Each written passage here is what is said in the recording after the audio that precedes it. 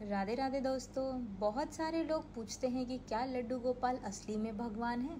तो चलिए मैं आप लोगों को बता दूं कि जी हाँ, बाल गोपाल या लड्डू गोपाल जी श्री कृष्ण के बाल रूप हैं। वह सबसे अधिक पूजनीय हिंदू देवताओं में से एक है।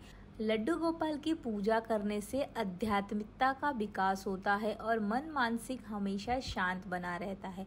लड्डू गोपाल की पूजा करने से व्यक्ति मनचाही सफलता प्राप्त करता है। ज्योतिष शास्त्र के अनुसार अगर कोई दाम्पत्य लंबे वक्त से संतान की इच्छा रखे हुए है तो वे लड्डू गोपाल को घर में लाकर उनकी सेवा करते हैं, जिससे उन्हें मनचाहा फल मिलता है। अगर कोई व्यक्ति लड्डू गोपाल को घर में लाना चाहता है तो जन्माष्टमी के शुभ दिन से कोई अच्छा दिन नहीं होता। इस खास दिन लड्डू गोपाल को मंदिर में स्थापित करना चाहिए। घर में विराजमान है लड्डू गोपाल तो उन्हें घर में रखने से सुख शांति रहती है, विपत्ति से छुटकारा मिलता है, संतान सुख प्राप्ति होती है, धन धान्य की कामना है तो वो भी पूरी होती है, कलह से छुटकारा मिलता है, यानी आपके अगर जिंदगी में कोई भी ऐसी परेशानी चल रही है तो उससे छुटकारा मिल जाएगा। लड्डू गोपाल को नियमित स्नान कराना चाहिए, उन्हें भोग लगाना चाहिए। और चलिए मैं आपको बता दूं कि बहुत सारे लोग टेंशन में होते हैं, मतलब मोस्टली तो स्त्रियां ही लड्डू गोपाल की सेवा करती हैं और उनके पति ज़्यादा उनका हाथ नहीं बटाते, तो वो ये सोचती हैं कि मासिक धर्म में लड्डू गोपाल की सेवा कैसे करें। अगर आपके हस्बैंड आपको सपोर्ट कर रहे हैं पूजा पाठ में तो आप जब मासिक धर्म में होती हैं तो आप अपने हस्बैंड को पूजा करने के लिए कह सकती हैं, लड्डू गोपाल को भोग लगाने के लिए कह सकती हैं। अगर वो नहीं करते हैं, मतलब काम काज के चक्कर में अगर वो नहीं कर पाते तो पीरियड्स के दौरान आप कैसे पूजा करें वो मैं आप लोगों को बता देती हूँ। यूँ तो जो पीरियड्स होता है उसके दौरान पूजा करने के लिए बहुत ही बड़ी मनाही होती है, मतलब कि पूजा पाठ हिंदू धर्म में नहीं किया जाता है। लेकिन मैं आप लोगों को बता दूं कि बहुत सी ऐसी महिलाएं होती हैं जो श्री कृष्ण की पूजा किए बिना नहीं रह सकती, यानी लड्डू गोपाल की पूजा किए बिना वो कुछ खाना पीना नहीं खाती हैं, तो वो मासिक धर्म में कैसे लड्डू गोपाल की पूजा करेंगे। ऐसे में ज्योतिष एक्सपर्ट डॉक्टर राधाकांत वत्स ने हमें लड्डू गोपाल या कृष्ण पूजा की ऐसी विधि बताई है जिसका पालन आप सरलता से मासिक धर्म के दौरान भी कर सकते हो। तो मैं आप लोगों को बता दूं, प्रातः आप लोगों को स्नान कर लेना चाहिए। स्नान के बाद मंदिर से थोड़ी दूर पर आसन बिछाकर बैठ जाए। मासिक धर्म के दौरान प्रयोग किए जाने वाला आसन पूजा के आसन से अलग रखें, मतलब कि आप जो मासिक धर्म में नहीं होते हैं वो पूजा का जो वस्त्र होता है, जो कपड़ा होता है वो आप उसमें ना यूज करें। फिर एक परात या बड़ी सी थाली ले, उस थाली में एक अच्छे से उसे एक साफ कर ले, उस थाली में थोड़ी सी मिट्टी एवं पानी ले ले और उसे बच्चे का आकार दे दे। फिर कृष्ण मंत्रों का जाप करते हुए उस आकार को लड्डू गोपाल का आकार दे दें। मिट्टी से बने लड्डू गोपाल पर दूध यानी कि कच्चा दूध और फूल फलाल सब चढ़ा दें। फिर कृष्ण मंत्रों का जाप करें और उस आकार को लड्डू गोपाल का स्वरूप माने। मिट्टी से बने लड्डू गोपाल या नवल कृष्ण को माखन का भोग लगाएं। फिर लड्डू गोपाल या श्री कृष्ण की मिट्टी से बने आकार की आरती करें। उसके बाद लड्डू गोपाल की प्रतिमा की जो मिट्टी है उसे दूध में घोल दे। प्रसाद के रूप में परात या थाली में बस उसमें जो भी फल होते हैं वो निकाल लें। बाकी मिट्टी, फूल, माखन, दूध सभी को मिश्रित कर ले। फिर उस सामग्री को तुलसी यानी कि तुलसी या तुलसी की मंजीरा होती है उस पौधे में उसे डाल दे। तुलसी माता को प्रणाम करें और उनके सामने दीपक जलाएं। अंत में आसन उठाए श्री कृष्ण या लड्डू गोपाल को प्रणाम करें।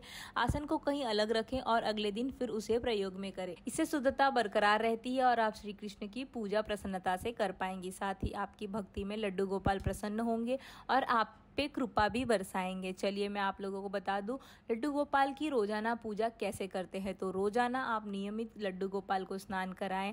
तो लड्डू गोपाल को स्नान कराने के लिए आपको एक चीज का ध्यान रखना है कि उसके लिए विशेष रूप से दूध, दही, शहद, गंगाजल और घी का इस्तेमाल करना चाहिए। लड्डू गोपाल को शंख में दूध, दही, गंगाजल और घी डालकर स्नान कराना चाहिए। रोजाना आपको लड्डू गोपाल के वस्त्र बदलने हैं। मैं आप लोगों को बता दूं जो आप लोग ने उन्हें एक बार पहनाया है कपड़े वो आपको धो के रखने हैं और ठंडी मौसम जो मतलब मौसम के हिसाब से आपको उनके कपड़े बदलने और उनका आपको श्रृंगार करना है। उनके कान में बाली, कलाई में कड़ा, हाथों में बांसुरी और मोरपंख जरूर होना चाहिए। दिन में उन्हें 4 बार भोग लगाना चाहिए। और मैं आप लोगों को बता दूं कि लड्डू गोपाल को दिन में 4 बार भोग लगाना चाहिए। भोग लगाने के समय पे अगर आप एकदम ये हैं कि क्या ही रोज उन्हें भोग लगाए तो मैं आप लोगों को बता दूं कान्हा को माखन मिश्री काफी पसंद है। ऐसे में उन्हें माखन मिश्री का भोग लगाएं। इसके अलावा अगर आप लोगों को बूंदी के लड्डू, खीर और हलवे का भी भोग आप उन्हें लगा सकते हैं। आप चाहे तो घर में जो भी आपके पकवान बनते हैं, सात्विक फूड बनता है, वो आप उन्हें खिला सकते हैं। माना जाता है कि जिस तरह छोटे बच्चे को बार बार भूख लगती है, वैसे ही लड्डू गोपाल जी को भी भूख लगती है, इसलिए उन्हें समय समय पर भोजन कराना चाहिए।